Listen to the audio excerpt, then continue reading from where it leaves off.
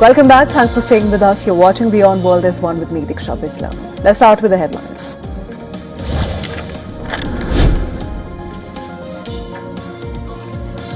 A kindergarten in Israel was damaged after an Iranian missile with a cluster warhead struck nearby. The incident took place in Rishon LeZion. This is south of Tel Aviv. No casualties were reported in the incident.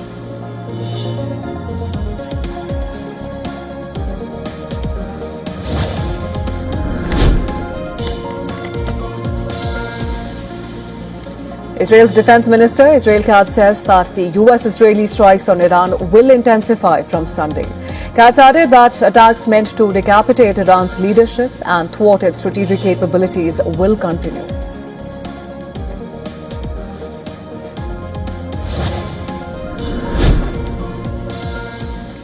Reports say the US has used bunker-buster bombs to attack Iran's Natanz nuclear enrichment facility.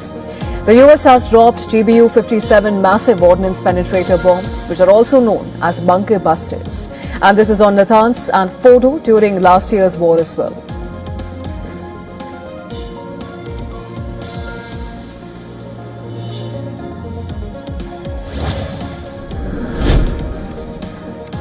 The global nuclear watchdog, the IAEA, calls for military restraint after the latest US-Israeli attack on Natanz. The IAEA says that restraint is required to avoid the risk of a nuclear accident.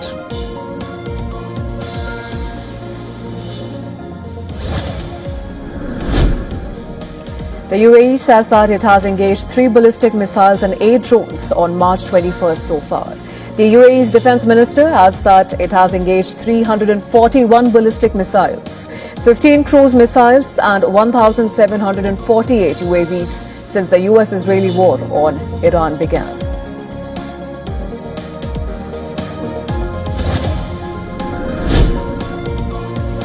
Pakistan tops the annual Global Terrorism Index for the first time after recording the highest impact from terrorist attacks last year. It was the country's most impacted by terrorism last year, recording 1,139 terrorism-related deaths and 1,045 attacks in 2025.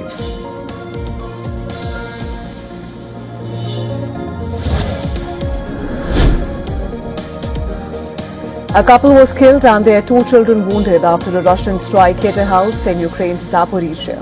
At least 4 others were also injured in the attack.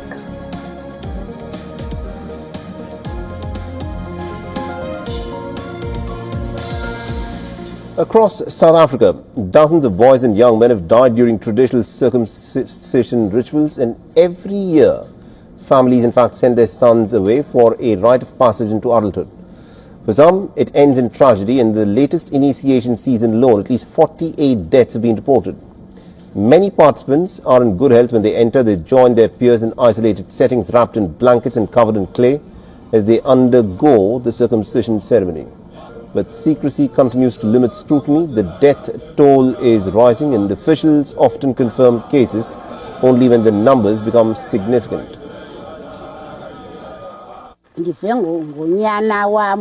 My son, who serves as a guardsman for the initiates group, came to me with the news that my grandson had collapsed. He explained that my grandson collapsed from loss of energy, and that is how he passed away.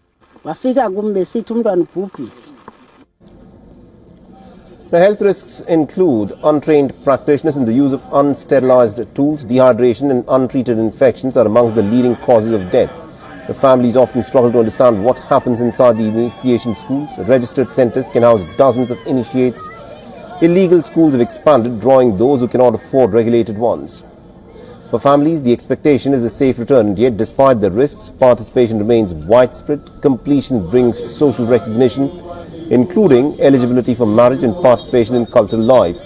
Successful initiation is marked by public ceremonies where participants return to their communities through song and ritual. The next initiation season is expected to begin in June, with ceremonies being held twice a year.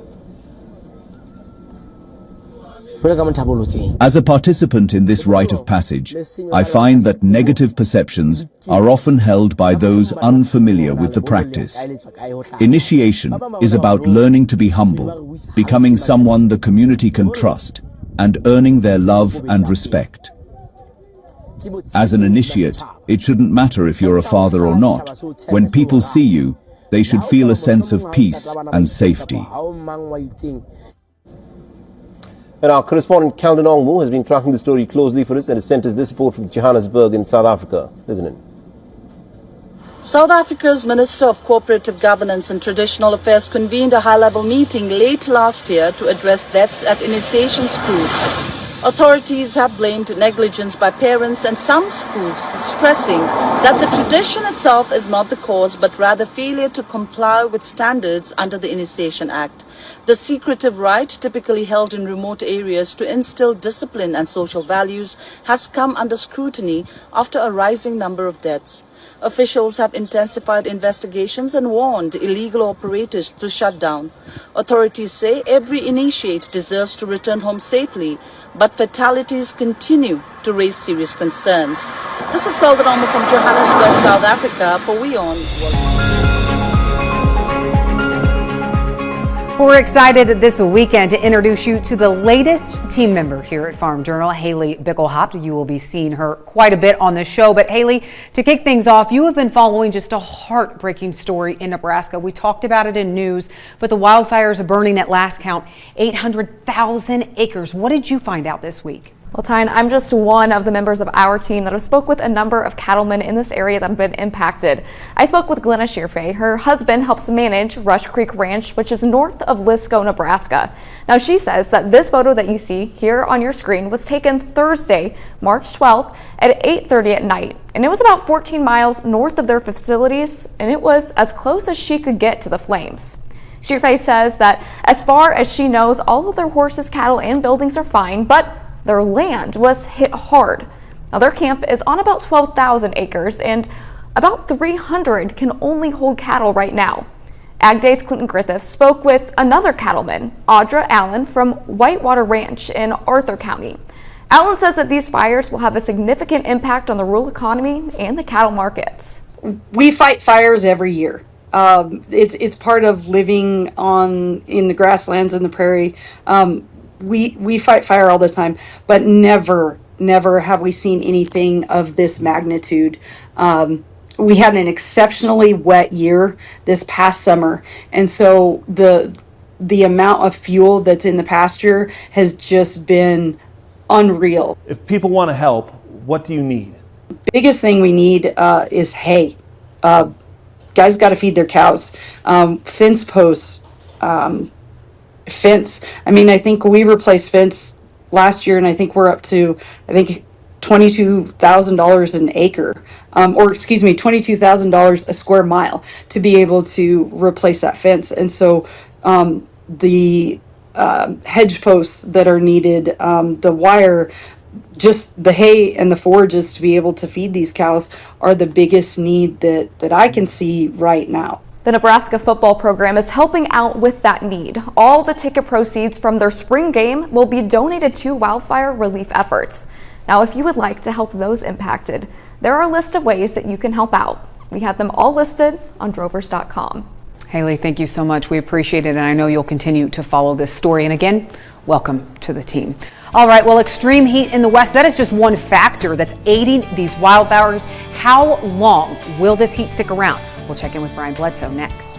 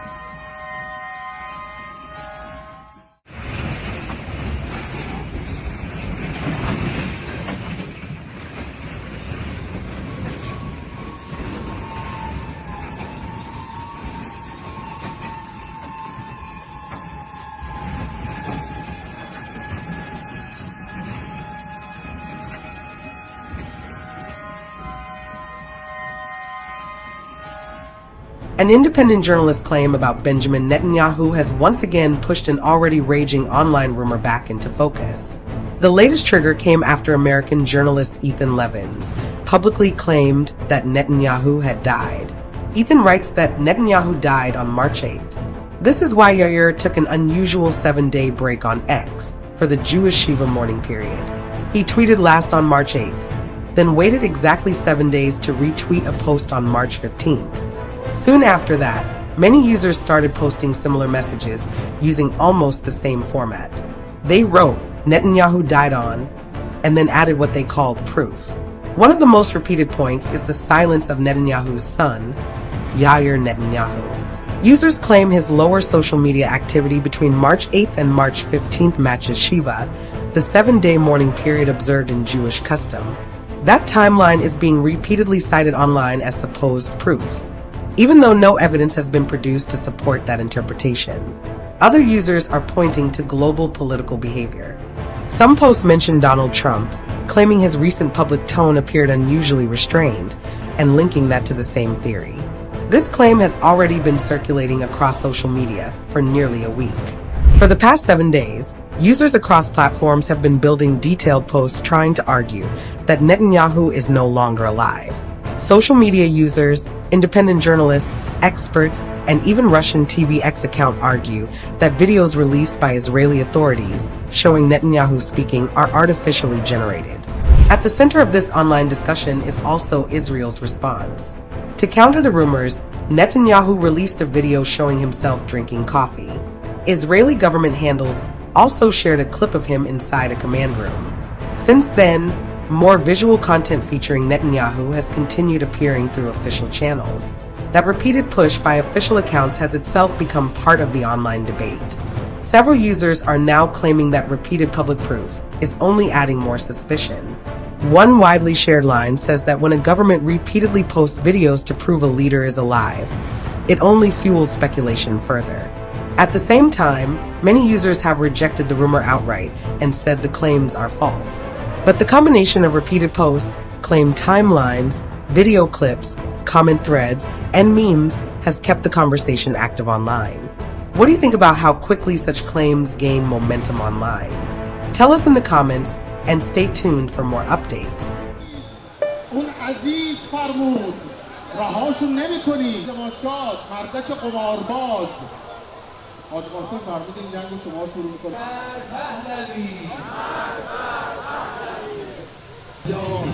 من هو سقا اربا من هو مولا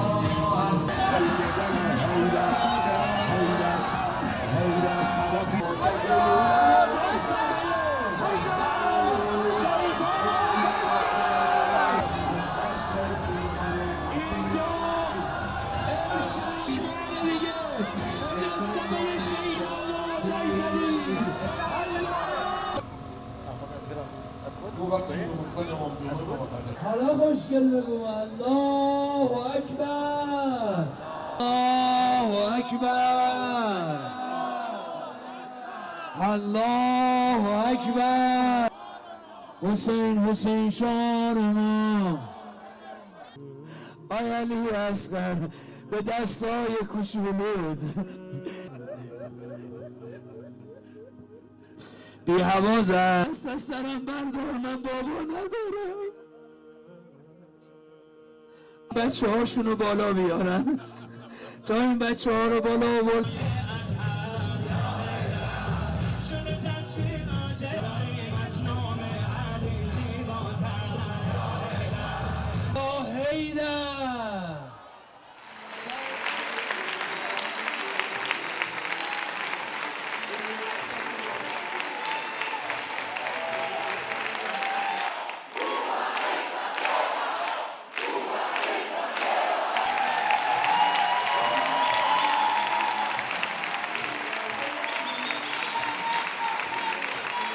Nos acompañan además otros dirigentes, miembros del Comité Central del Partido, la decencia y la moral.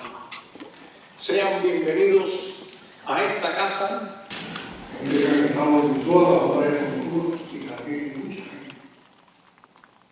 The President of the United States, in one of his statements, exclaimed that we have applied all possible pressure on Cuba. They are acknowledging that they have blockaded us and that they have applied a policy of maximum pressure. How can they say that the blockade is our invention if they themselves are saying it?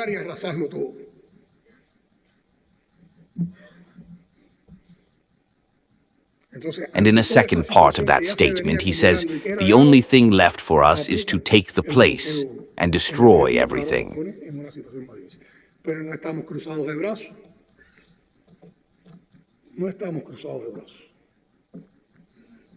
So, in the face of all this situation that was already accumulating and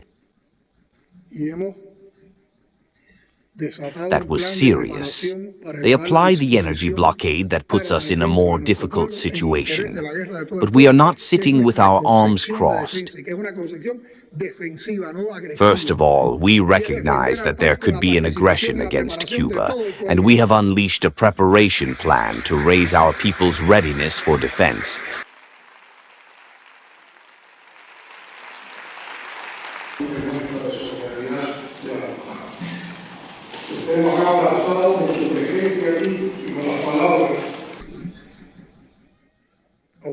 In the interest of the war of all the people, which is our defense concept, and which is a defensive conception,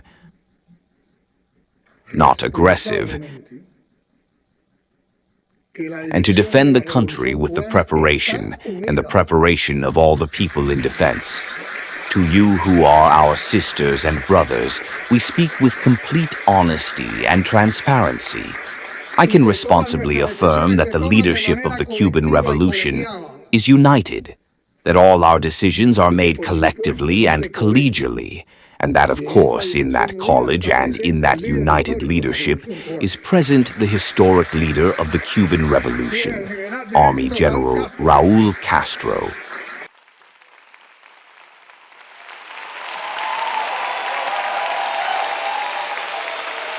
If oil prices stay high for an extended period, that does mean that the income coming into the country from our exports of oil, we are a net exporter of oil and natural gas, those incomes will be higher.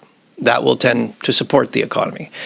The other side, of course, is that for consumers, for most businesses, most other businesses, higher oil prices are going to squeeze them. They're going to, for households, if you're spending more to fill up your car, you got less money to spend on everything else. That'll tend to hurt consumption. And for businesses, they're getting, their profit margins can get squeezed as they have higher energy costs. I think the short answer, look, is it's too early to assess the effect on growth. It's going to depend on, depend importantly on duration. Further rocket attacks were reported against Naharia and admitted.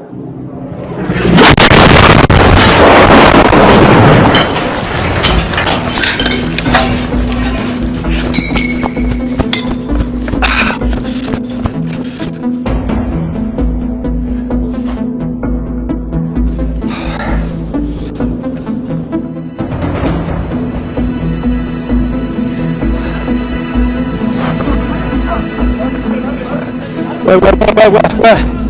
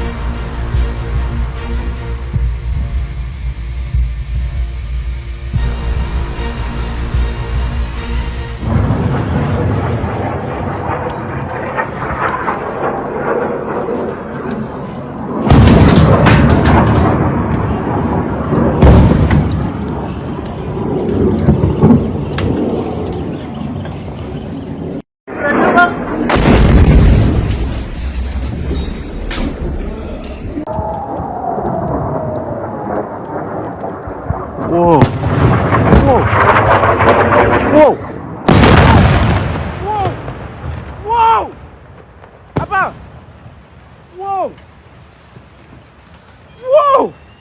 Abba, this just hit the first part. Wow! That is crazy. Wow!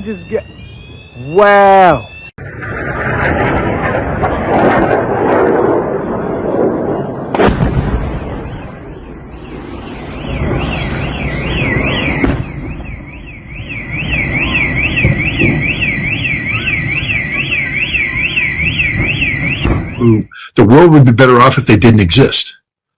And maybe that'll be one of the consequences of this war, is the erasure of these corrupt families that were put in place by the British. None of them earned this. They didn't come in. These aren't people that came in and went, hello, we've discovered this great country and we're going to lead by being intellectually sound and morally correct, and we're going to build things. They came in and chopped heads off, and one day a camel went out and pissed in the desert and some oil came up. They went, that's not very good tasting. Why don't we hire a foreigner who's smart? And in comes the British and the Americans, say, that's oil. Well, what do we need to do? Not a damn thing. You just sit back there on your camel in your tent, smoke your pipe, and we will bring the oil out of the ground and we'll throw some money your way and then we'll take it. And that's how it got developed. These guys didn't do anything. They didn't do anything except chop off some heads. Other people developed the industry. Now they've inherited it, and they have this structure in place where they make all the money. Ask the UAE, though, what's the percentage of Emirati people in their military? 15%. 85% of the UAE military is mercenaries, mainly Pakistani. They don't know how to fight. When they build a building, are the Emirati men out there rolling up their sleeves, getting sunburned, constructing? Hell no. They're in an air-conditioned office, fat, smoking dope, and spending oil money. Other people come in and do the work for them. These aren't good people. These aren't good nations. They don't stand for anything worthwhile. They hide behind a facade of intellectualism. We've built the new Louvre in the Middle East. The UAE built that Louvre lookalike. What's going to happen when all your oil fields are blown up and you got no more money and nobody's coming to your stupid piece of desert patch?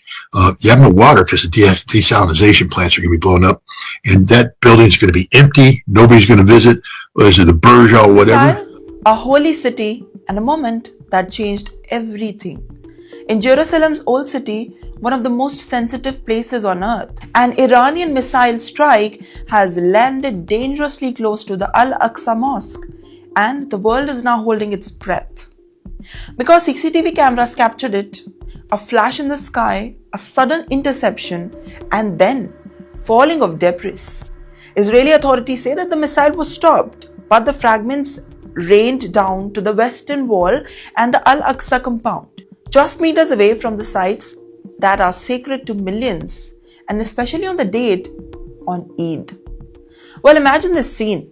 Worshippers gathered, prayers are echoing, and suddenly the sirens panics and people running to cover one of themselves and most historic, emotionally charged place in the world. This wasn't just a strike, it was a shockwave, a symbolic and a real shockwave, by the way. And it didn't just end there. In Haifa, a missile fragment slammed into the warehouse, flames erupted, shipping containers burnt, and firefighters raced against the time to control the blaze. Well, black smoke rising onto the sky, visible from miles away. But you know what? Let's now break down what exactly happened. Iranian missile intercepted over the Jerusalem.